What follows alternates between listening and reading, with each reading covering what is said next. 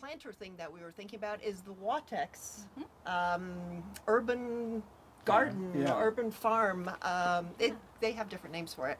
It's a wall-mounted vertical watering system with an integrated irrigation line. And you know, especially here in the heat of Tucson, smaller things mounted on a wall in the sun don't do very well. This thing, you got to look at the photos. I mean, this thing is amazing. It really works very, very well. It's beautifully packaged. It comes in a nice box. No one will know what they're getting if you put it under the tree for them.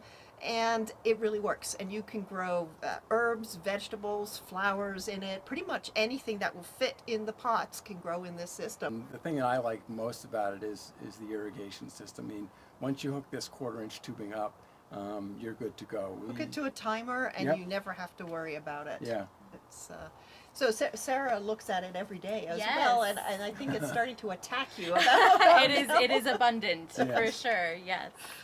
So, I wouldn't use it indoors though. I think it's really for outdoor use. It's really for outdoor use. And if you have a lot of draping type flowers or vines or whatnot, you can literally create a living wall, which is a beautiful architectural feature.